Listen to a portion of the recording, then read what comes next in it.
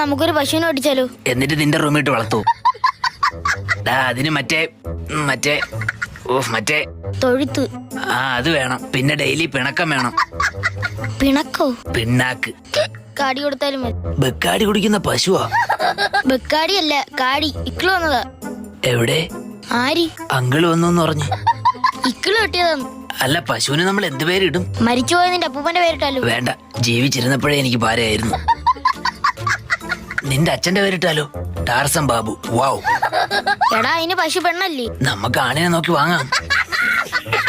ആണ് കാളയാണ്. അങ്ങനെയൊക്കെ ഉണ്ടായിരുന്നില്ലേ? നമുക്ക് കാളന്തി നിട്ടാലേ? അത് കൊള്ളാം.